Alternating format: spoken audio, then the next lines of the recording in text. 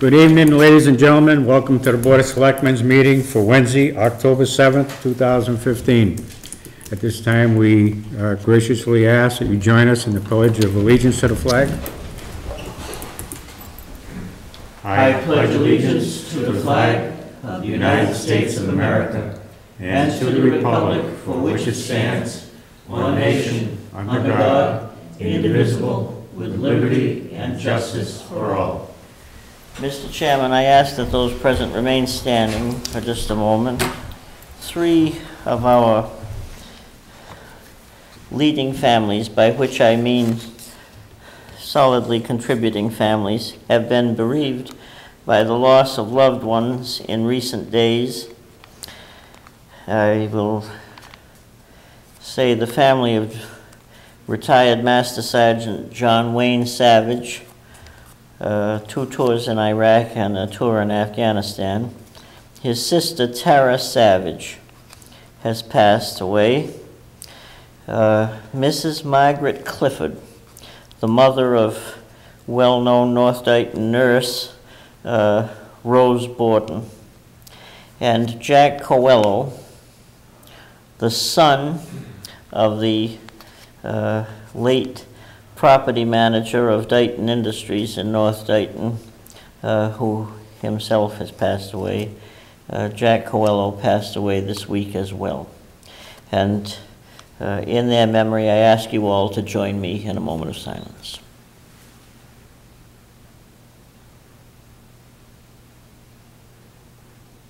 Thank you very much.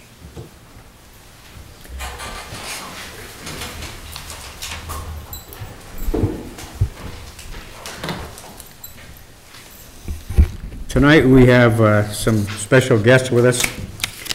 We have representatives in attendance from the K-8 Regionalization Cost Benefit Study Committee that we appointed, I believe it was back in, oh, I forgot what the date was now. Oh, about 8 months ago, 7 months ago. I think it was in May. Was it May? Oh, okay. It wasn't that bad then.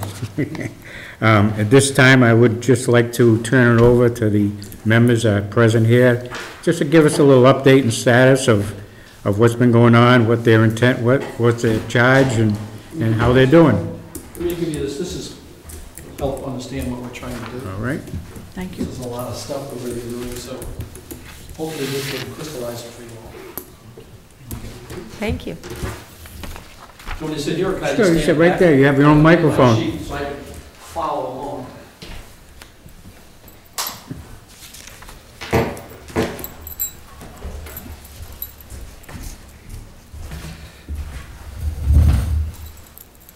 And thank you for the group, for the people that we have. There's 5 of us right now as a team, and 3 are from Dighton, and tremendous individuals to work with. Well, my name is George Solis, and what I just gave you is a little overview of what we believe our mission is, all the type of things that we're going to review, and also all the influencers that we plan to engage as we move forward. This is the approach that we're taking. It is all objective, it's all numbers, it's all what ifs. If, for example, the first one, review all issues and scenarios to determine the financial education impact if K-8 was deregionalized within both towns. There's an awful lot of questions to ask with respect to the financial side, to the educational process with the kids, also the teachers, everything to also include pension payments at the backside, all of the financial issues that we have for the region as it exists now would have to exist for each one of those entities. And the second one is pretty much the same as the first, except to review the impact if both towns decide to build a new K-8 shared facility centrally located somewhere in between the 2 towns.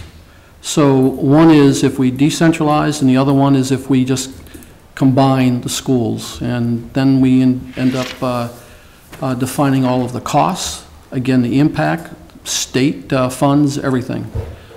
And below that, I just put six examples of questions and research that we have to do, everything from legal implications to, like I said, the financial implications. And it's just not us that are going to have input on this. We have to work with everybody within the school system, within both financial FinCom groups within both towns, and also the state. And it's very important to ensure that when we begin this process, we put together all of the statistics. We are being very proactive to understand what the state issues are before we even start. And so understanding what DESE's issues are and all of their concerns, we have to make sure that we incorporate in this overall project our process to address those concerns that they might have. And other than that, I don't know what else I should say, so I'll be quiet. Any of your other members like to say anything? Just curious if you had any thoughts about outstanding issues that we just aren't thinking about, that we don't have on here already as far as what our focus is going to be? I mean, in and of themselves, the two issues that we're looking at could be a project for a committee all on its own, so we have a lot of work ahead of us. Right. So it's kind of still. And then another thing we keep bumping into is potential overlap between the work that's being done by the RAC committee and this committee. There seems to be a lot of tie-in between the two, so being able to clearly differentiate the two lines and scopes of our efforts. We want to make sure we're not duplicating efforts and just for no purpose whatsoever. Well, I'm hoping the RAC committee gets there soon. One of the things that was actually discussed last night at the RAC committee, not specifically, but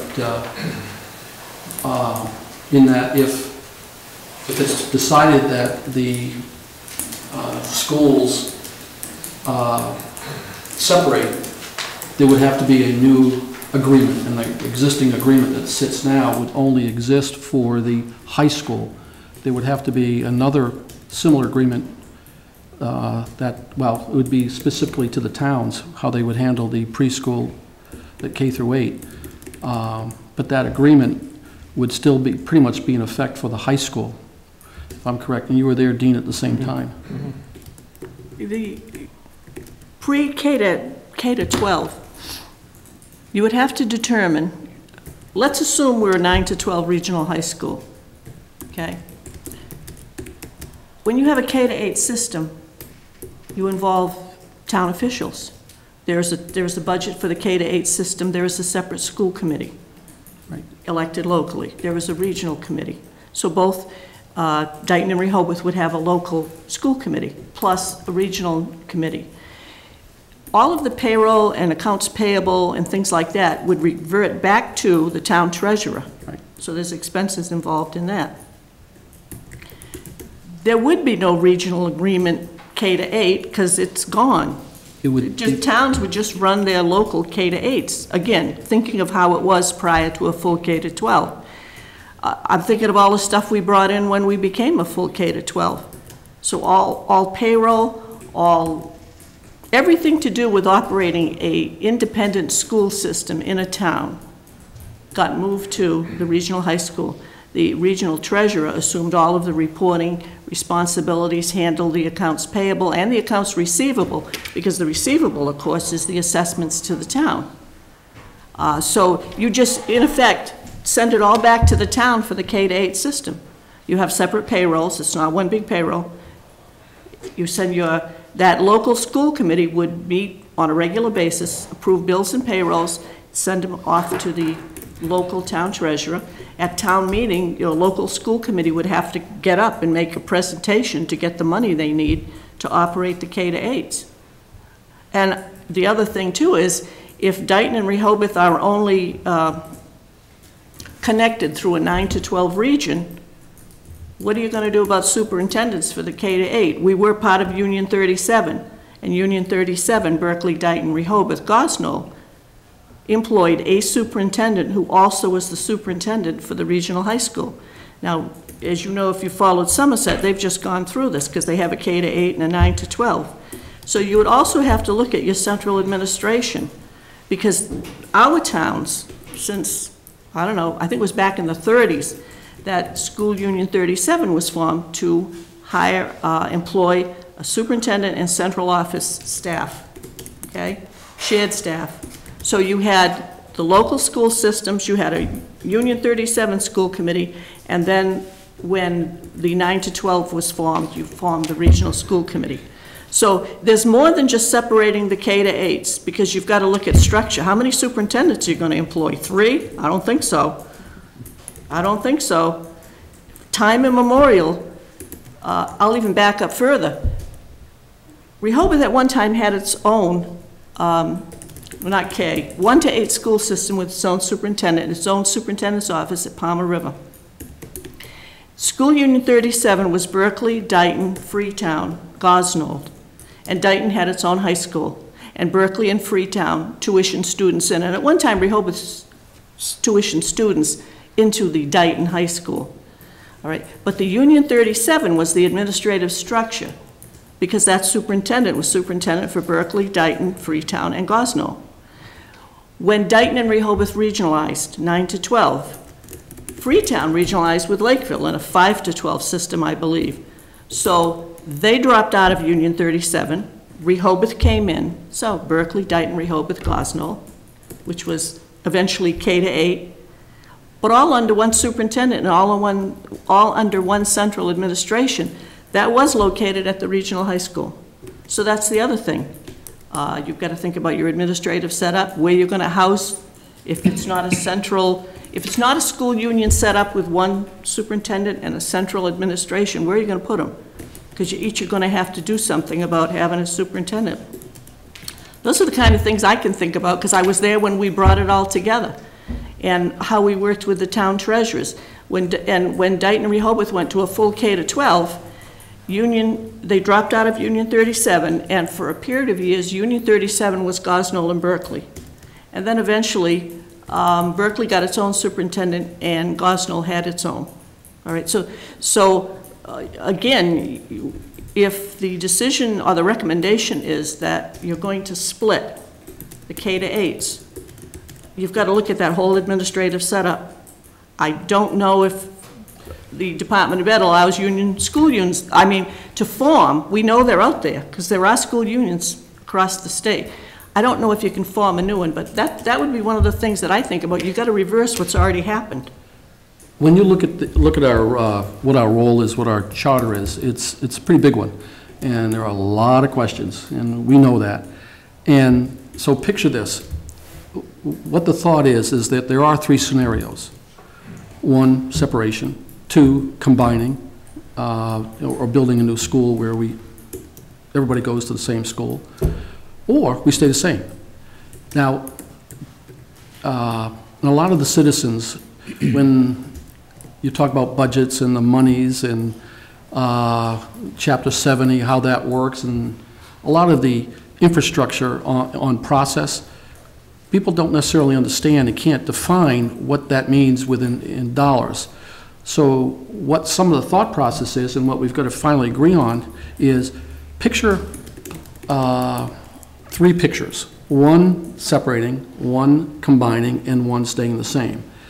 And under each one, every one of the issues that we need to address, everything from the state, we want to know before, as we start, what the state would expect to see. Versus us just putting it together in a bubble and then going up and say, oh, you missed this, you missed that. So it's important for us to be able to understand that. But all of the issues that we're aware of, that we think what we need to address, will all be listed underneath each one of those pictures. Mm-hmm. And then next to every one of those issues that would be addressed, the that we have to address would be the explanation. So it would be pretty darn detailed, and in any Excel spreadsheets or financial justification or awareness or concerns that we'll just put down what the issues might be. For example, if the numbers don't look correct, when I say correct, they don't make sense. Not that we calculated it wrong, but it might not be good for the town. It's not necessarily our role to say, hey, we have to separate. That's not it. It's a report that goes to you all, for you all to be able to compare what those numbers are and to identify those issues that would be a detriment or positive. So just picture, in a picture, 1, 2, 3 pictures, and within administration, all the issues. Within the education piece, all the issues that one would have to address. With the unions, for example, just like what you're referencing, that was one of the... No. Don't confuse school union with labor union. Absolutely two different things. Well, those are the things that people might not understand, so when you put down... What would happen, it's not that complicated to pull it apart, because I was there when we put it together. Then why don't you become our buddy? What I would say to you is that under your scenarios, 1, 2, and 3, 2 and 3 will have the least impact on administration. And on 3, if 3 is, no, 2, the one where you want to build, I'll call it a central campus. Let's call it that. That would have the effect because the citizens would have to agree to that. As far as if those 2, in my opinion, are the easiest route to go. Number 2, the hard part would be convincing townspeople to pull the money together and build a school on a central campus, because Dayton's got 2 schools and Rehobot's already got 2 schools. So that would be the difficult part of that. Can I just... The most pulling apart is splitting out, because that was the hardest part in bringing it together. Before we go into that one, we were talking about the 2 schools. Each town may have an issue with one of the schools. And we have a school that we need to do work on. I realize that. And you have one as well. So it might, part of that process would be the benefit, remember, it's benefits and negatives when you look at this. Mm-hmm. So if the benefits are going to show that combining the 2 schools would be X in monies and costs, and then also the education issues and sharing and all of those issues, versus the 2 towns suffering with 2 schools that need a lot of work. Do you combine the monies together? How does that all happen? That's what we're going to at least put down as the pluses and the minuses, but we're not going to, just so people could evaluate it. And then the first one, that there is more of the major operation, and that there is, I think, where we're going to find an awful lot more work on that piece than the other 2. I can tell you from a educational program standpoint, when we were a school union and a 9 to 12 region, obviously you had multiple schools in Rehoboth because you had the little neighborhood schools. You had Pleasant Street, you had North Rehoboth, you had Anawan, Palmer River. Eventually Beckwith got built. We had Dayton Elementary and Dayton Junior High, and of course Berkeley had its schools. Berkeley was in the picture at the time. We had a director of elementary ed, Dorothy Beckwith, for whom that school is named. And we also had a supervisor of secondary ed. And that was when Dr. Harrington went from principal at DR and was in that position, okay? Both of those, and even the director of special ed, the whole point was, no matter what school you went to, in a K to 8 system, well, it was a 1 to 8 system at one time, the curriculum was as close as possible so that, again, we had Berkeley students going to Dayton Rehoboth. So no matter which town you lived in, if you went to Dayton Rehoboth, your basic 1 to 8 education got you ready to go to Dayton Rehoboth because there was that kind of coordination. And I don't know if any of you knew Dorothy Beckwith, but I'll tell you, as an educator, I can't think of many that could top her. And she was fiercely supportive, innovative. She was out there that whatever she could do to keep those children in those 3 schools ready to enter Dayton-Rehoboth Regional. It happened. And at the regional high school, as I said, Dr. Harrington at the time was the director of, supervisor of secondary ed. And the two of them worked together so that if DR teachers noticed a weakness or something, then Ms. Beckwith could go back to the local systems and say, we need to focus on this because this has been picked up or whatever. And I'm telling you from experience, taking it apart is the most difficult thing to do. So when I say a school union is an administrative organization that allows you under state law to hire a superintendent to be superintendent in a number of communities and central office staff. And there is a union budget that's put together, and it was the superintendent, it was the support staff, it was Ms. Babbitt, me, and Jim Horton, who was director of business, and the director of special ed. That was the central office support staff. The union there was a Union 37 committee. Absolutely. Consisting of representatives of the school boards and the different entities that met, and they chose for want of a better term, you can call it a superintendency union. Absolutely. Of the towns. That's what it was. Well, I'm not, I'm only 29, so I don't maybe know all the individuals that you referenced, but I've lived in town in Rehoboth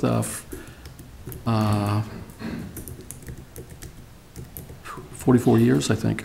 And so I'm not 29, I know I was. I was just going to say, he would have been a math student that Ms. Beckwith would have had to address. But I've been in town for a long time, and a lot of the issues that you bring up or thoughts are what we know we're going to have to at least look at. And Dick Mello was integral in this. He's still in Rehoboth. Dr. Mello, Richard Mello. Dick served on both the Rehoboth Committee and the Union Committee. I don't know, he might have also been a representative to the DR Committee. I'm not sure about that. But certainly Richard Mello in Rehoboth would be a good resource because he was chairman of the Rehoboth School Committee when regionalization, full K-12 came up a number of times. Talking about Doc Mello, right? Yes. Yeah, the veterinarian. Yes, Great. yes. The football coach, the one who helped my kids in high school, in pre-football, yeah. Yes, he was. Everybody knows Doc Mello. Off the top of my head, I can think of him right away, being involved with this. He still looks the same as he did 15 years ago, by the way. Mr. Roy came to a Dayton School Committee meeting back in the day, complaining that the Union 37 Committee had not reimbursed him the $12 that he needed to take the ferry to Gosnold. The history that Mrs. Goulat has given of the Union 37 superintendency arrangement is very accurate and extremely important. And to that I'll add, if option 2, a central campus, is going to be pursued, clearly it will have to be with the understanding that the enormous initial cost of centralizing the grammar schools of the two towns onto one campus is going to have to be mitigated by the long-term effect of such a consolidation. There's going to have to be a clear, in order to sell it to the voters, there's going to have to be a clear benefit in terms of state aid and the ability to meet rising enrollments in both towns. As it is right now, as enrollments rise in each town, individual additions have to be made to multiple buildings.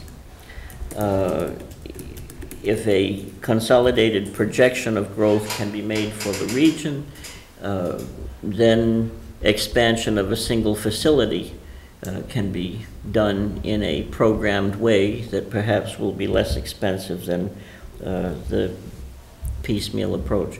Dayton has 2,200 approved house lots for which building permits have not been issued, but will be in the foreseeable future. And needless to say, expanding our two schools. I'm sure Rehoboth has a growth estimate of its own that will require expansion to its two schools. Such things will impact the long-term forecast of whether or not a single consolidated grammar school campus might be a wiser idea. I commend the three of you for your willingness to undertake this study. And again, I concur with everything that Mrs. Goulart has said. As far as resurrecting a superintendency union for administrative purposes is concerned, if the grammar schools are divorced from the region, I would say it would take special legislation, but that legislation will go nowhere in the general court unless the Department of Education blesses off on it. That's for sure. And that's why several times I've mentioned how important it is for us to be very proactive with them in the front end to ensure we're not playing catch-up on the backside with any issues that they might have. You mentioned there are 3 members. Right now there are 5. On the Rehoboth side, we're looking for another one. The ones that are here this is Allison, Scott, and the gentleman in the back is from Rehoboth, and that's Mike McBride. And the 2 in front are illustrious Dayton residents. Right. Now, Mr. McBride, are you related to Matthew Owen McBride? I am. You are. Well, you tell Matthew that Patrick Menzies said hello, please. I'll be sure to do that. His family living in Kentucky right now. Well, he was a great schoolmate, and I miss him. So thank you very much. I'm glad to do that. Thanks. Well, George, I really appreciate you coming, you know, and the other members. You got two hot air balloons, 3 hot air balloons up in the air here to try to see which direction they're going to blow in, you know. You got a long road. We do. Long road. I've heard a couple of things, you know, fool's path, you know, and all the other negative thoughts, and then the positive thoughts on, just like what you have all finished, which was your projection for the future, your master plan, which was just completed, I guess, this year. In there, that hopefully would help us from a projection perspective, which is for the second scenario. And I did have a question.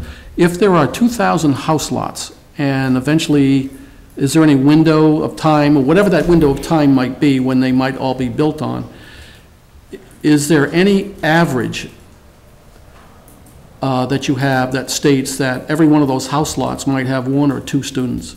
Or is it 25% of them, or is it 30% of them might have children? It would be difficult to say. Some of them are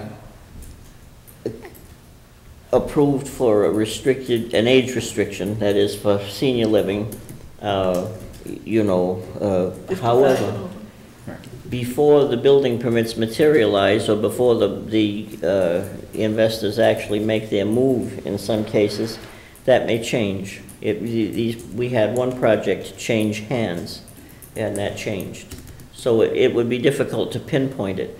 I would say that Dr. Manchester at the elementary school requested figures from the building commissioner, and I think the building, unfortunately, he's in Amherst at the moment, but the building commissioner has probably the most accurate forecast because he prepared it for Dr. Manchester. So I would say when he is back for a meeting with us, we will put the touch on him for his figures. That could be a lot of students, and that would really crush. I don't think we have that many, I know we don't have that many outstanding permits to build in Rehoboth. Well, these aren't permits yet, but they are approved lots. Right, or permits, or even approved lots. I don't think we're anywhere near 2,000. Yeah. So it's those issues that are important. And again, we're not here to make any decisions. It is just to present the facts. And with what you were talking about, many people in town, because every town has had some growth, don't have the knowledge that you all have for being in town for a long time, the cost, the issues, and why, and how come everything evolved.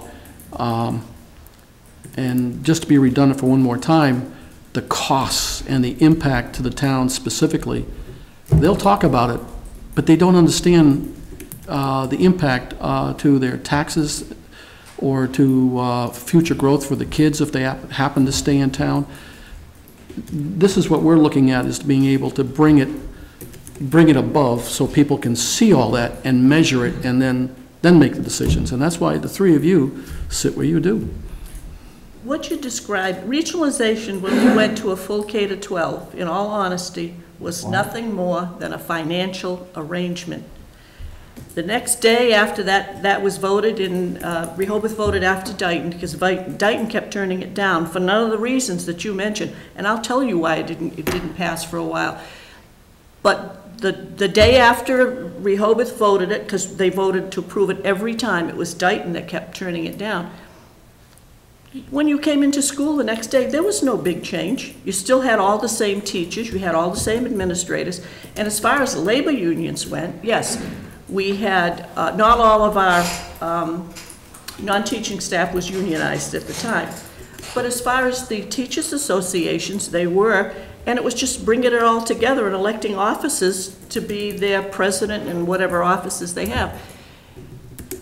The impetus for full K-12 regionalization was the amount of financial incentives that were out there from the state.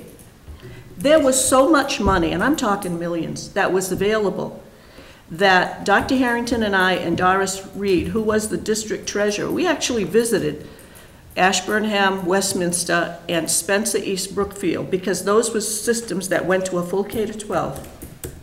Got so much state aid, so much money, incentive for regionalizing.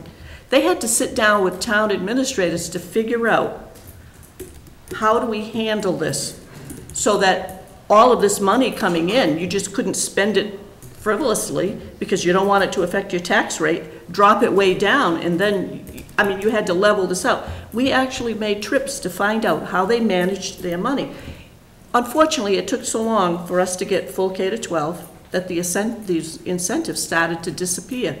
And we lost millions because we didn't do it initially. What held the project up in Dayton, the full K-12, people were concerned that their children in the K-8s, because we did have K by then, were going to be moved around to Rehoboth, and we kept telling them, the only children that will be bused to other locations are the children that we have right now who are in special needs program. Some of those kids come here, some Berkeley kids come here, and Berkeley, as I say, eventually they were out of it. But there was no big switching of elementary and middle school children, but that was one concern. Dayton had a concern about identity. They wanted their children to recognize that they were from Dayton and they were in a Dayton school, and that the natural progression was, and when you go to high school, you're going to be at a regional high school with the kids from Rehoboth. But they wanted this to be a gradual progression. The big impetus was money, and Rehoboth approved it every time. Maybe and you could it just took a while. It wasn't, right. If you looked at it strictly from a financial position, both towns should have approved it on the first shot, but it didn't happen. We have two questions for you. One, we could pick your brain as we move forward. Is that an affirmative? Mm-hmm. Good. Second, why was it called Dayton Rehoboth versus Rehoboth and Dayton? No one's ever been able to answer that with me. I think it was an alphabetical thing. Absolutely. Is that all it was? This bridge down here is called the Dayton-Berkeley Bridge, or if you're on this side of the river, and if you're on the other side, it's the Berkeley-Dayton Bridge, but the state says it's the Berkeley-Dayton Bridge. But that's how it's always been. Alphabetical. It's as simple as that? Yeah.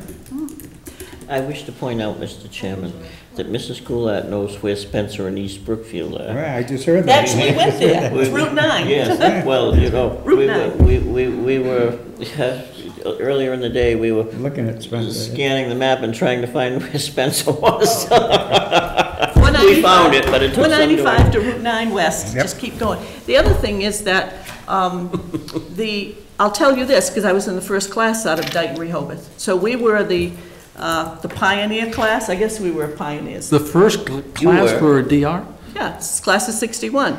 One of the things we had to do was name the school. The state recognized it as Dayton Rehoboth on paper. But we could have named that school because Freetown Lakeville picked Apponequet. State still says it's Freetown Lakeville, okay?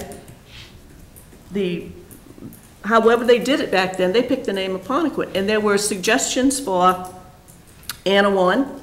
There was a suggestion for Wellington, because that west part of Dayton at one time was known as Wellington. But when it all sifted out, my class said, let's call it Dayton Rehoboth. We're not going to have this confusion. Apponequet, well, where is that? Well, that's Freetown Lakeville. Well, why don't they say that? Didn't know where it was located. But anyhow, yeah, those were some of the things that the pioneer class did. So it became Dayton Rehoboth. Well, I'm going to pick your brain, I'm sure all of us will, so. When you look at the plaque, the bronze plaque now it's beside the gymnasium doors. It used to be between the auditorium doors.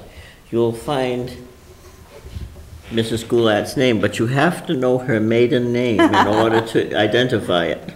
So I'll leave that to you to discuss with her. For a long time, I puzzled over that, and finally I learned her maiden name, so I can find her name on that plaque. But it's there, the Pioneer Senior Class. Yeah. But anyhow. It was a pleasure talking with you. Well, we wish you the best of luck. We know it'll be productive, and The only other thing I feel will free say, to ask for any help you need. you said you're doing a study, and you're just bringing all the facts in to the, I guess, the two boards of selectmen. Quite frankly, I think any committee that's appointed to study should have some kind of recommendation. That's all. It's my personal opinion. And only that. If you're going to do all that work and just come in and say, okay, boards of selectmen, here's 3 piles, take your pick, we'll answer your questions, but we're not going to make a recommendation. I just think study committee should make recommendations, but again, that's up to you. When we were assigned this, when talking with, because I didn't speak with you directly, but with our team, it was to put all this information together objectively, and so one can make a decision. That's what we were told. I don't think, were you under the impression we had to make a recommendation? No, I mean, feel free to if if you'd like, it's more than welcome. The committee that worked on K-12, full K-12, and again, I would talk to Dick Mello, because I think I know he was Rehoboth, the local committee chair when that kept getting voted, because Dick finally said, we're not calling any more meetings in Rehoboth. When Dayton passes it, just let us know. We'll schedule a town meeting because it will pass, and that's what happened. But that committee did come back to the member towns for the 9 to 12 and say, we strongly urge a full K-12 based on the financial benefits that we would have gotten had it passed the first time. So I just say that to you. Dick might know who else is in town that was serving at the time. Did you work with Russ Latham at all? Oh yeah, he was director of special. I went to work at the school department in '67. Russ was already there, as was Jim Horton. The superintendent was Robert T. Roy, and he came to the union in '56 or '57. So he was the superintendent when 9 to 12 was voted. And he retired in '77, and Dr. Harrington came on, and Dr. Harrington was the superintendent when the full K-12 was voted. But yes, Russ Latham was director of special ed until Berkeley dropped out of School Union 37, until School Union 37 split and Dayton Rehoboth dropped out. Berkeley and Gosnell were at School Union 37, and Berkeley and Gosnell hired Russ to be the superintendent. Right. And eventually they hired a separate superintendent. Russ is still superintendent at Gosnell. I know, Russ is a very good friend of mine. Yeah. So Yeah, I was actually talking with him Russ was in the system before I was. So I'm going to pick his brain as well. Yeah. Yeah. A lot of brains to pick. There's one small thing. Mr. Roy died in office. No. He retired in June, and he died in September of '77. And Dr. Harrington came on. I think Mr. Roy might have been June 30th that he retired, and Dr. Harrington came on in July. Yeah. He died in '77. Mr. Roy died in September of '77, yes. Yes. George, thank you very much. Thank you for listening. Oh, Thank you. very well done. Thank you. Do we have any minutes to approve We tonight? don't have any tonight. Oh, okay. Approval of the warrants. Mr. Chairman, I move that we approve warrant 15A-16 in the amount of $74,347.29, dated October 7th, 2015. Do you want these all listed in one motion, or do you want it separate? Okay.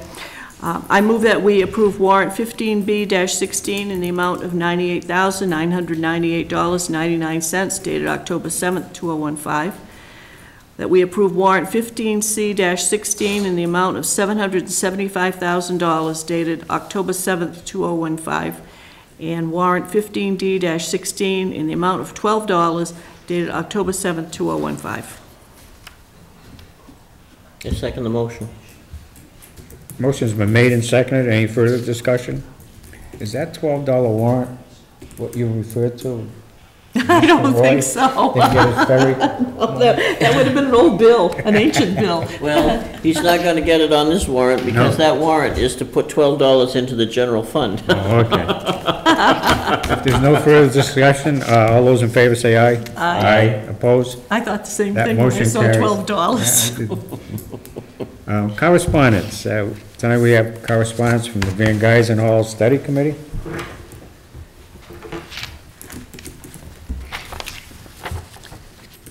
This is addressed to the Board of Selectmen.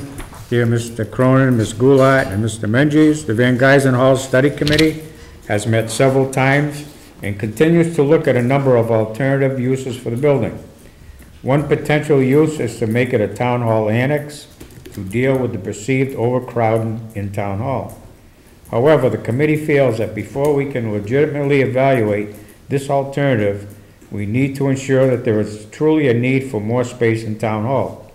It appears that some offices are very crowded while others are not. Are there other alternatives for meeting space?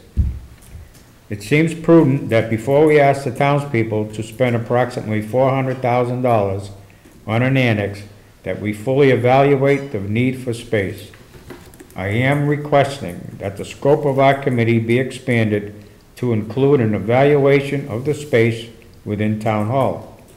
I am also requesting that you make funds available so that we can have an architect or space planner evaluate the space to see if there's an alternate configuration that would meet the town's needs.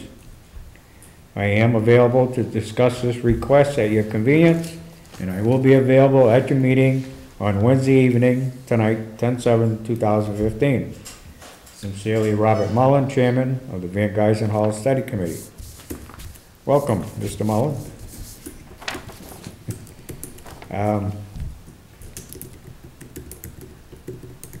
The request for funds is a touchy situation, obviously because of, there was really no budgeted money, for that.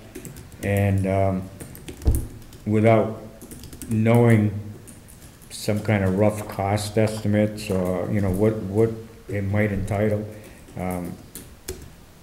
we're always robbing Peter to pay Paul within our budgets and our line items. If you could get some kind of rough cost or rough estimate of what you're looking at, we can see if it's feasible or not. As far as evaluating the space here, you have to keep in mind, and I'm only saying this, I'll allow my colleagues in a minute to speak. If you intend to utilize all the space downstairs for town offices, it kind of is counterproductive as far as the studio that's set up down there for recording committee meetings and what have you, special town meetings, because we just can't pick that up and make it portable. That studio is there, and that is actually a bigger gathering area than this room here. It holds about 10 or 11 more people. So I don't know how feasible that would be to put officers down there. I don't know any office up here that has a lot of room that could accommodate another board. We are pretty well jammed up. This here was all ready to have a town administrator come until it was, you know, you saw what the results were at town meeting. Again, bring us some estimates and everything. The one thing I do question is, where did the figure of the 400,000 come from to put into Van Geyser? Well, that there was one of the figures that the building inspector come up with, because of the picture out front here is roughly 160 to 170,000 to do all of that, and that does nothing to the inside. Now, if we were going to more or less take out the whole interior and turn it into office space, that's removing the bar area, the kitchen, the front section, and redoing all of that. That's well over 200,000. I was going to say, that was an estimate that you got from the architect as well. Okay. So it wasn't just really put out of the hat, you know. I just wondered. And it's also a very rough estimate. It's not, we're not ready to publicize that as saying that's the final dollar cost, but. No, because I know that the amounts that were originally asked for to be appropriated, the only thing that entitled inside was bringing the bathrooms up to code.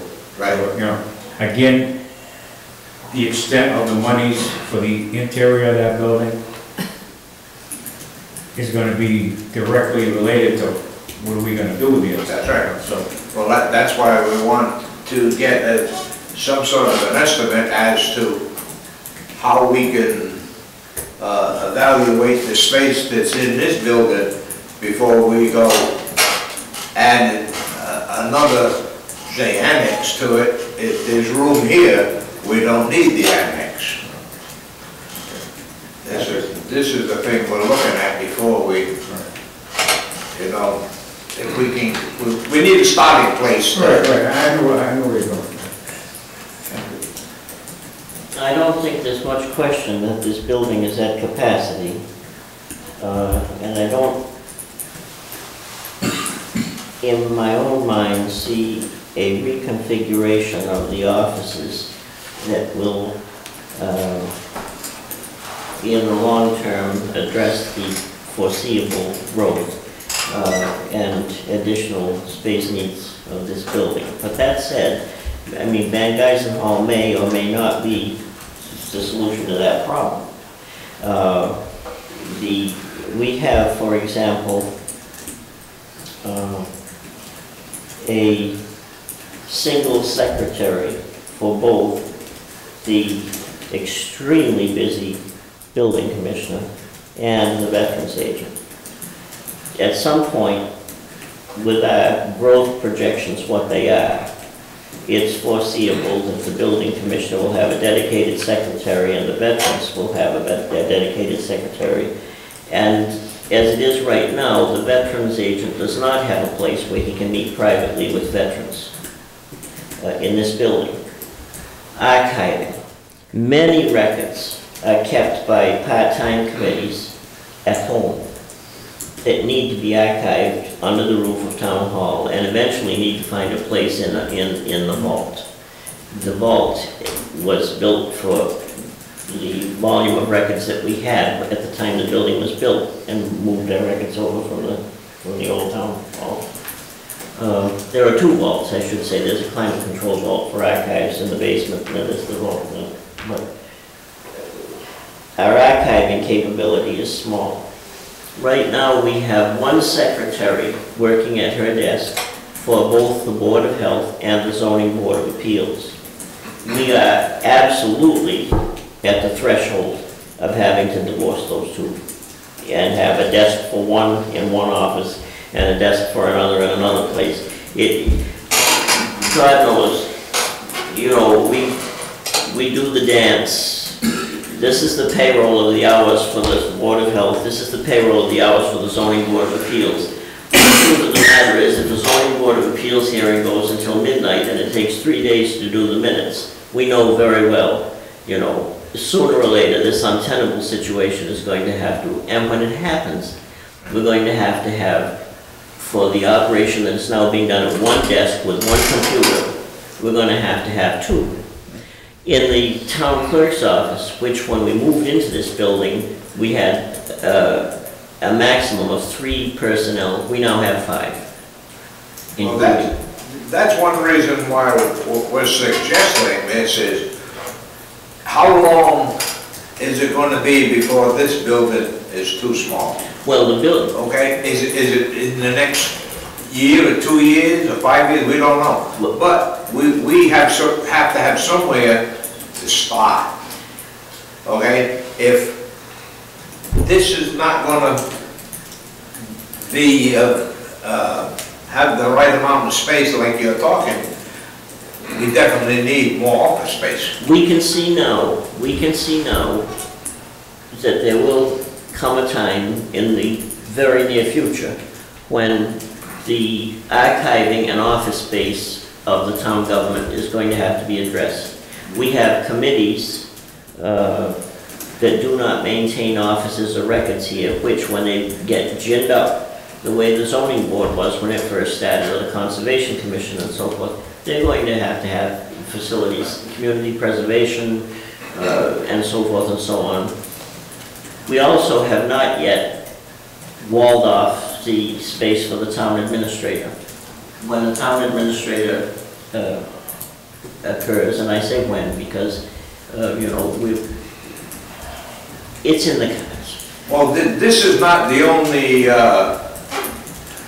what I want to say, the suggestion that will No, we have quite a few. When we talk about paying for a study, the major question of whether or not we're going to need town office space in the future is easily answerable.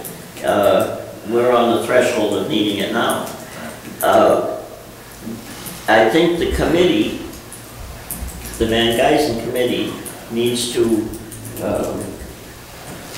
consider with the building commissioner and the officials who are lodged here now, whether or not Van Geysen Hall would be suitable at all for that purpose.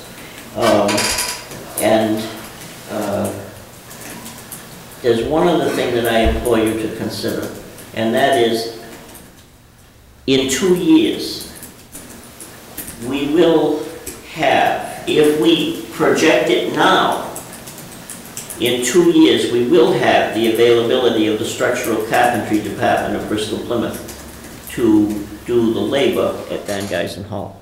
But I think on this token here, the thing that we're, if you want to say, is bogged down with, is this committee has absolutely no funds. So no matter what kind of a study that we want to have done, we've got to find funds from somewhere to get it done. I think the least disruptive approach, and I say disruptive from the standpoint of causing contention among the players in town hall, is simply to approach the officials and employees in town hall to start and see, you know the square footage of Van Geysen Hall, and you probably know by now its potential better than anybody else, and simply talking yourself with the officials in town hall, assessors, clerk, selectmen, building and veterans, zoning board of appeals, board of health, planning board, you can get a good idea of whether or not Van Geysen Hall would be suitable to what they consider their future needs. Yeah. Yeah, I don't think we're in a position to say yes or no whether there's need more space here, but my feeling is that to get the voters to go along with spending that kind of money on a building, that we have to have a legitimate evaluation, and I don't think we're qualified as, to be able to do that. And the second part of that is, we're talking close to $500,000, and we're probably asking for maybe $1,500, $2,000. And so it seems like a small amount of money to get over this thing to legitimize the need for more space in town hall. So. What I'm thinking about is kind of a combination of what you've heard from Dean and Patrick. If you had a rough floor plan of this building, or a copy of the blueprint, whatever, you know you can put the people in each office. You've heard about the need to split the Board of Health, Board of ZBA. So that means at least one more secretary, okay?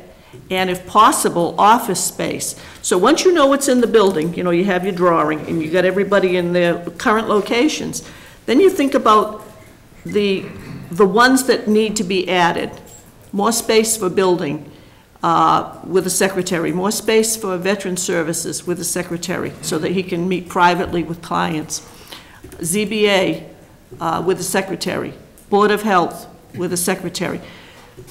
Those are all additional spots that we're talking about. So if you have the present layout and then look at it and say, okay, over here we got at least these people here that are coming, where are we going to put them? Whether it's the Van Geisen or it's Town Hall or whatever. So the first thing, if you identify where it looks like we're going to have splits coming soon to accommodate all the work. So you know what you have and you know what's coming. So you got to at least accommodate all that. As far as finances go, that article at town meeting was to remove the mold and for architectural services or related expenses. I forgot the exact wording. Related, yeah. But you could also check with Jen to find out what the interpretation of that is, because I know it was more than mold removal, and I don't know how much that costs. But if you check with Jen, she can tell you what the interpretation of those other related services or something like that, however that was voted. Ask her what that means. I don't know if there's anything there that would help you, but I think as far as being able to determine, have you done any kind of a floor plan or layout of what's here right now? Okay, that might be the next step. And working with Jim Aguirre, as far as that, and you heard what Patrick said about the various boards that are going to need, and if a town administrator is coming, I think we're going to see that coming back for town meeting action. So that's another position that we're going to have to put them somewhere. But so that might be stuff you could look at right now. We certainly can do that. I'm concerned about the perception or the credibility, I guess, of our committee doing that with any. Oh, I'm not suggesting you try to fit everybody into this building or this building in Van Geisen. All I'm saying to you is, maybe the next time you report back, you will say, okay, this is what we've determined. We have X number of people in this building right now in X number of offices. We are looking at splitting ZBA and Board of Health, which means additional staff and office space. We're looking at splitting veteran services and building, which means additional office space and personnel, which means you're going to have this list of people, job titles that we got these people here, we got to figure out where we're going to put them. So that's all I'm saying to you. I'm not saying you design space and all that.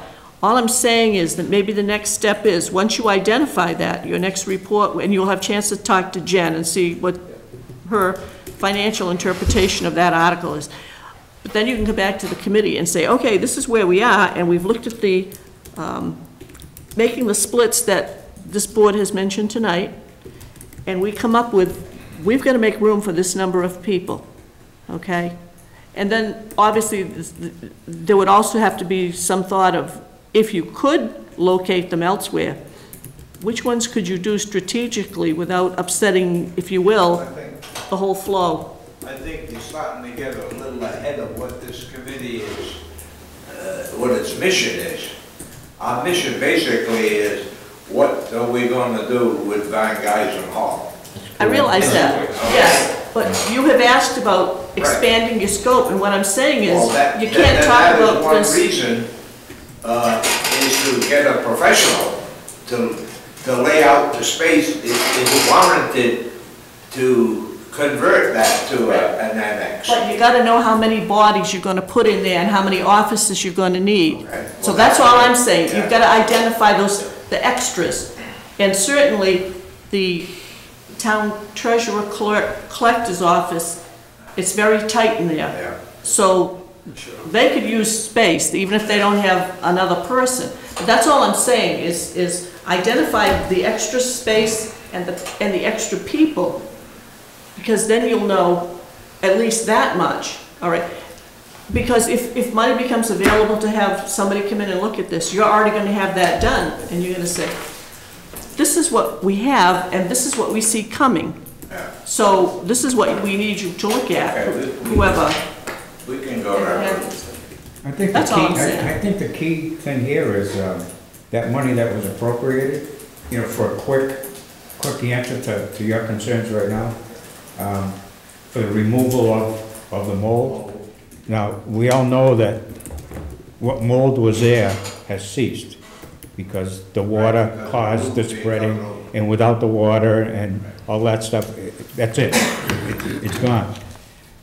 We still have to remove, you know, the spores and what's left there. And say Jim comes up with somebody that's gonna do that for, I'm just gonna throw a figure, $10,000. Now, he knows how much it's gonna cost to remedy the solution on the mold. Now, Miss Jen, our accountant, is next. With the way it was worded, for related purposes, may be covered, and so all of a sudden, you got some free money. You know what I'm saying? And then, now take it one step further, while you're waiting for this, is, and I think you both, and everybody on your committee knows the players and the personnel within the walls of Town Hall, just to go and get their feelings. Do you feel cramped? Do you feel you need more space? You may need a building bigger than Van Geysen, what you're gonna hear. You know, but I mean, you know, that's a path, you know, to try to direct yourselves down. We don't expect you to come and say, this is what you need, you know? You know, you gotta have this committee over here and this one, no. We're not asking These are that. just next steps, suggested next steps. Every person doesn't have an office anywhere in the country needs more space. And preferably with an outdoor window, so you know, That's right. window on the outside, right? It's gotta be private. But I think that's a good, you know, start point there. Yeah. I'll make a note to do Thank that. you. Next correspondence from Mass Department of Transportation regarding a new RMV campaign.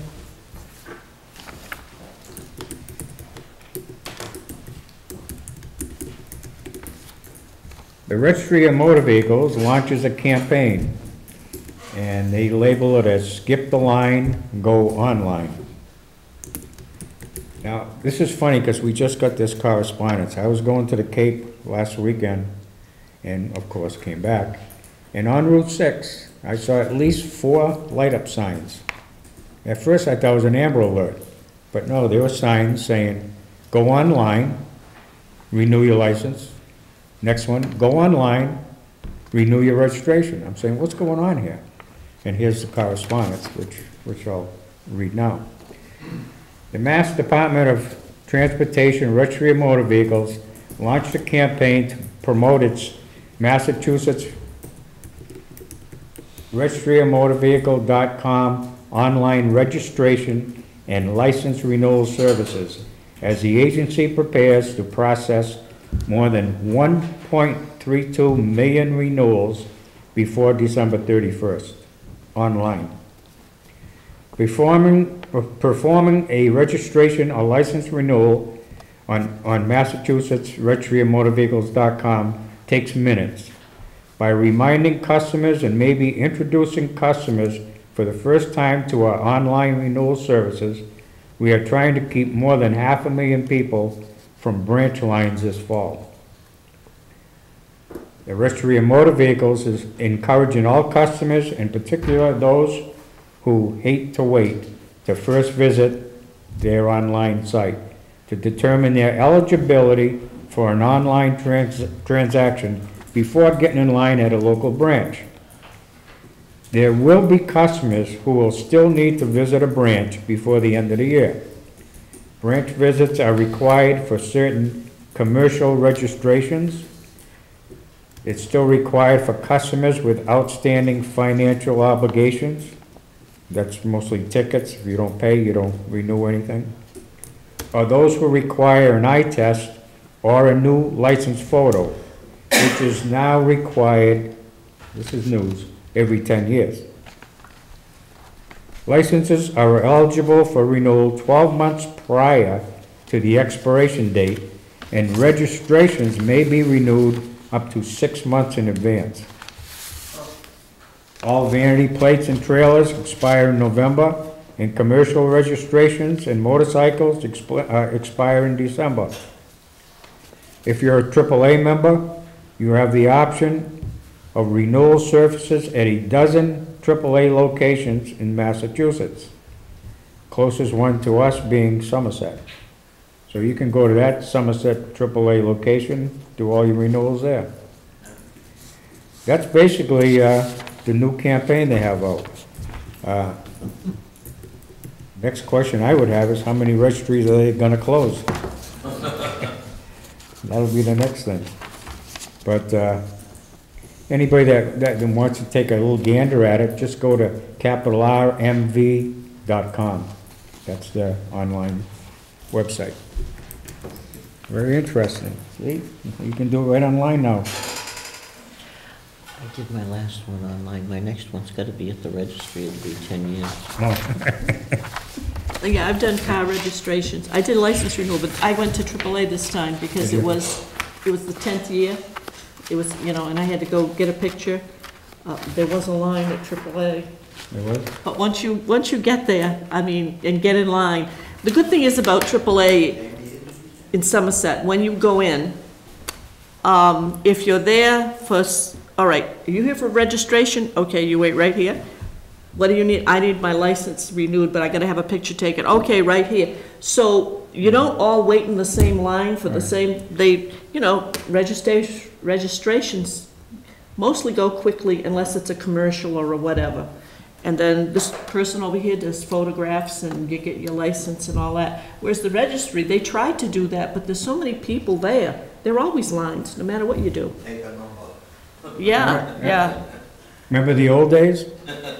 You're out the door, down Ware Street, and you get inside in one line, you get to the window, what do you need? Renew my license. Oh, you gotta go in that one line over there. Right. So another hour, right. Yeah. So, Yeah. It's almost as scary to renew your license as it was to get it for the first time. Inspector Devlin would come out of his office and you'd say, oh my God, he's the man who gave me my test. That's right. Right. Yeah. Oh, well. All right, let's move on to announcements.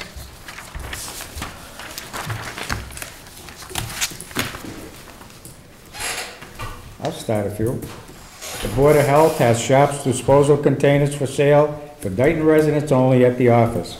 $3 for a quart size, $6 for a gallon size, and $7.50 for a 2-gallon size. Once they're full, they can be brought back to the Board of Health office for proper disposal at no additional cost. Recycling stickers are available for $1 for recycling containers of your choice. There is a prescription drug drop box now located at the Dayton Police Station. Please limit your disposal items to pill form prescriptions only. The following should not be disposed of in the drop box: creams, ointments, liquid, thermometers, syringes, IV bags, bio-waste, aerosols, inhalers, and EpiPens. You may also contact the Dayton Police Station at 508-669-6711 for more information. Next. The cabbies will hold a walk to support cancer patients and their families on October 10th, 2015 at 10 a.m. beginning on the track behind Town Hall and continuing onto the street for a total of 5 miles. Now, I will say, I want to interrupt just a moment. The Battle of Segregansett Colonial Warfare reenactment on Sweet Snow State Park is on October 10th and 11th. It begins at 9 a.m. on October 10th with the encampment. However, the first battle is not until 1 in the afternoon. So, if you want to participate in the Cabbies Walk, you can. There's plenty of time, and you can still be on time for the first battle, and you can visit the encampment after the first battle. So that's that. Next. Sunday, October 25th, 2015, will be the Dighton Park and Recreation's 4th annual pumpkin painting party in memory of Richie Leonard. Anytime between 1 p.m. and 4 p.m., there will be hay rides, games, face painting, and pumpkin painting. Please bring a non-perishable item to donate to the Dighton Lions Food Pantry. Special thanks to Arujo Farms for making this possible. The first annual Sweet Swap will be held Monday, November 2nd, from 5 to 7 p.m. at Sullivan Family Dental, 1209 Somerset Avenue, number 3, Dighton, Mass. Exchange your unopened Halloween candy for games, prizes, and snacks. All candy will be sent to U.S. troops in holiday care packages. This is held in conjunction with Saving Our Troops, Stoneham, Mass., and Cub Scout Pack 28, Taunton, Mass. I just want to mention, because Patrick mentioned a non-perishable food item, the food bank in October will be open on Saturday the 24th, which is the 4th Saturday. It usually falls the last Saturday of the month, but there are 5 Saturdays, so the food bank will be open at 8:30 a.m. on the 24th, lower level of Town Hall. A flu clinic will be held on November 9th, 2015, from 10 a.m. to 12 p.m. in the lower level of Dighton Town Hall. You must be over 18 years of age. Insurance cards are required. Call Jen Sylvia at 508-678-0080 for more information. This is open to the public, and one of the sponsors is Rite Aid Pharmacies. On November 11th, 2015, at 11 a.m. at Town Hall, there will be an unveiling of a 48-star U.S. flag given by the memory of Byron E. Haskins, World War II Bronze Star recipient. This is Buddy Haskins, for all of you that probably remember him. All are invited. For more information, contact Donald Hershey at 508-669-5027. The Finance Committee is now accepting applications for a new committee member. Please submit applications by October 30th. This is a one-year appointment. This is a one-year appointment which is made yearly by the town moderator. So this is this position is an unexpired position, the one that I held prior to being elected selectman. So the person, once appointed, will serve until the annual town meeting next June, when the moderator will appoint the full committee. The recall petition was approved by the legislature and signed by the governor on October 2nd, 2015. The legislation is identified as Chapter 94 of the Acts of 2015. Additional information is available from Sue Medeiros, Town Clerk.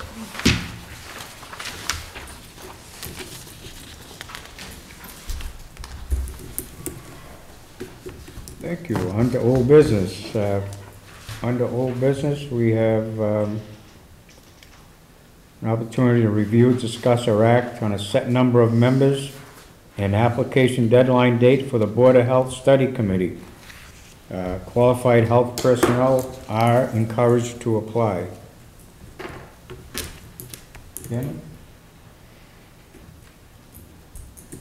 Well, I have no preference concerning the number or an application deadline. I would like to see the applicant pool include public health professionals if it can. However, I do think in order for the work of the study to be effective, it needs to proceed apace. If action is to be taken before 2017 to separate the boards of selectmen and health, we need to get an article on the warrant for the annual town meeting this year, so that the town meeting can vote to place the question of separating the boards on a ballot at the town election in 2017. So the 2016 town meeting would vote to place it on a ballot in 2017. So it takes some time. So the study needs to begin, if we can get this board appointed in the first week of November, it would be wonderful, and give them a chance to see the Board of Health in operation, evaluate the work of its different branches. We also will have, I trust that we will, an intern from one of the state universities serving as a provisional director of public health and giving us a glimpse of how such a position would function for the study committee to consider when it considers the structure of the Board of Health in the future. But I do think that it would be prudent of us to say that we should set a target of the first week of November for having the appointments made. As far as the number is concerned, the only comment I would make is it should not be so large as to be unwieldy or incapable of having a quorum. But I have no preference as to a number other than that. 5 or 7. I wouldn't want to go much bigger than that, or that much smaller either. One of those numbers. 5 seems a nice number. Nice, yes. 5 seems a nice number. 7, with the holidays, trying to get quorums, 7 can be difficult during the holiday season. I think 5 is a nice number. If we can have 5 qualified people with good, solid credentials for studying this matter by the first week of November, I think 5 would be a great benefit. How long would you like to accept the applications? Today's the 7th. Okay, so here's a calendar. By the 29th, the town hall is open. It'll only give us 1 day to go over them. Oh, all right, Close that's not Friday. good. Let's go 2 21st? weeks then, yeah. 2 weeks. October 21st? October 21st would be good. Yeah. Okay. So let's put down October 21st by 2 p.m.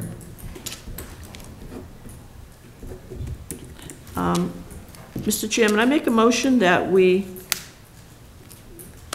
set the Board of Health Study Committee membership at 5, and that we ask that applications be submitted to the Selectman's office, Board of Health office, by 2 p.m. on October 21st.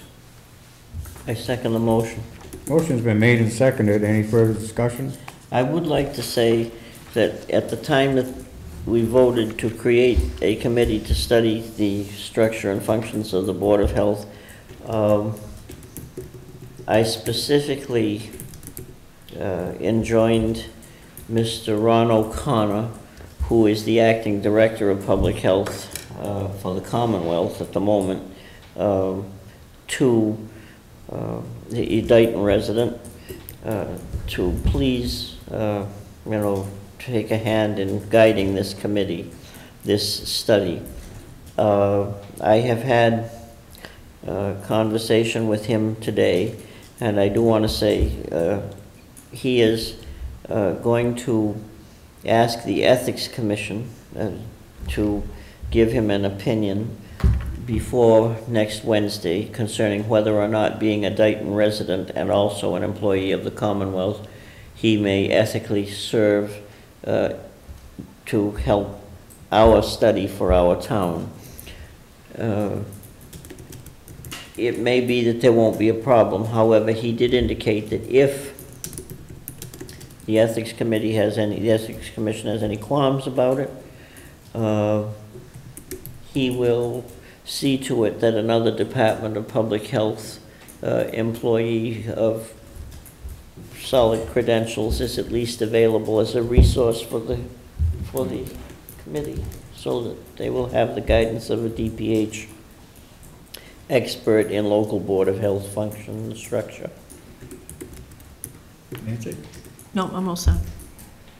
There's That would no be great. If there's no further discussion, all those in favor say aye. Aye. Aye. Opposed? That motion carries. Next, under old business, review, discuss, and act to set an application deadline date for applications for the Zoning Board of Appeals vacancy. Mr. Chairman, I think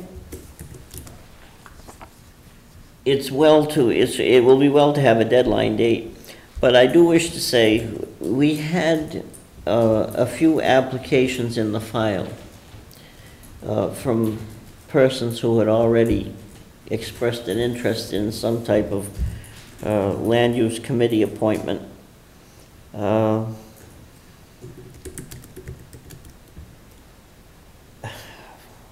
We had one from Connor Fagundes, and we had one from Vicky Piazza. Vicky Piazza was not thrilled about being asked to be on the Zoning Board of Appeals when we approached her about that before, but she is a former municipal planner. She was involved with zoning in Palo Alto, California. Actually, Sunnyvale, but she was on the Palo Alto Planning Commission. She is highly trained in zoning and land use planning matters. And Mr. Fagundes, who is pursuing his PhD, also is very concerned with land use and land conservation issues. We have some applications in the file, so in setting a deadline for other applicants who may wish to be considered, I do want to make it known, for the purposes of complete disclosure and fairness, that we do already have some applications, and that new applications will be considered along with those that we already have. That's fair. Yep. We can open that for another week or so. Right. So we're looking for a date sometime in November? Why not? We plan to make the appointment the first week of November. That would be Yeah, same as the other. same as the other. Would that be all right? 2 p.m. on the 21st? Yeah. Okay with me. Yep. Okay, Mr. Chairman, I move that we accept that the closing date for applications for the Zoning Board of Appeals vacancy be set at October 21st, 2 p.m. Applications will be due in the Selectman's office. I second the motion. Okay, that motion's been made and seconded. Any further discussion? If none, all those in favor say aye. Aye. Aye. Opposed? Motion passes. And we're gonna have the same appointment date, November 1st. We want to add that as a friendly amendment to the vote. Yes, yes. We'll add that as a friendly amendment to the vote. Thank you. Great. Under new business, we have to act on a road opening permit for the Dayton Water District at 857 Main Street.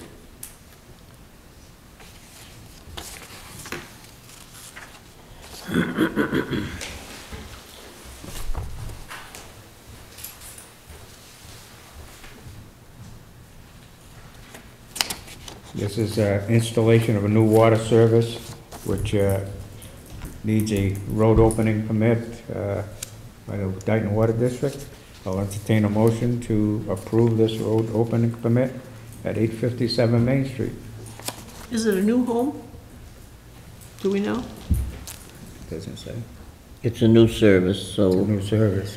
at least it's a, it may be an old home getting water for the first time, but my suspicion is it's a new, I'll make the motion. I'll second the motion. Motion's been made and seconded. Any further discussion? If none, all those in favor say aye. Aye. Aye. Opposed? Motion carries.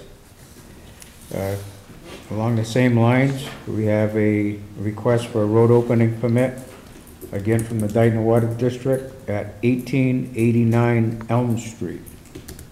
This isn't the new part that got paved, I hope. Better not be. I can hear Tommy. He's seen them all, so. Tommy has seen them? He sees them first before Oh, we... all right, okay, then it's not the new pavement. Just, you know, for information purposes, on every one of these permits, there's asterisks, work to be completed within 1 month or before November 30th. And the highway superintendent must be notified within 72 hours of work. And he has given the request for a permit to make sure there isn't... Before we get it? Right. Oh, okay. This is to terminate a water service. It's a road cut, but it's to terminate the service. Terminate a water service at 1889 Elm Street. Oh, okay. Anybody like to make that motion? I'll move that we approve it. Second. Motion's been made and seconded. Any further discussion? If not, all those in favor say aye. Aye. Aye. Opposed? That motion carries. From what And Tommy said this morning, it sounds like the final pavement of Center Street is going to be done shortly. When we were talking about the bridge project. Yes, right. yes. Yep. That includes the, I trust it includes the final top coat on the bridge and the little dip when you come off it, I trust. I think they're going to go up to the crossing light. Because if you notice, those sewer, Yes, they're not down where they should be. that's correct. So I think they're going to go, yeah. I'll make the motion. Are we on Julian's Way yet? No, not yet. road opening permit for Dayton Water District at 1365 Julian's Way. Yeah. And this is a new water service. I'll make the motion to approve. I second the motion. Motion's been made and seconded. Any further discussion? None being, all those in favor say aye. Aye. Opposed? That motion carries. Next, under new business, review, discuss, and act to authorize the highway department to remove the fire pit at Van Guysen Hall. What is that? It was a, Chicken barbecue it area? was a barbecue pit. Okay, okay. And it has in it some decaying American flags that were placed there to be burned without ceremony, and some firewood, and it unfortunately is in a condition such that it is an attractive nuisance. And the architect who prepared the plan for remediation of Van Guysen Hall strongly recommended that we have it removed. I think as a safety and liability issue, it should be. The superintendent of streets has indicated that he is prepared to do it, but he's been waiting for a vote from this board. Okay. Well, with a motion, we'll give them the approval. Also move. Second. Motion's been made and seconded. Any further discussion?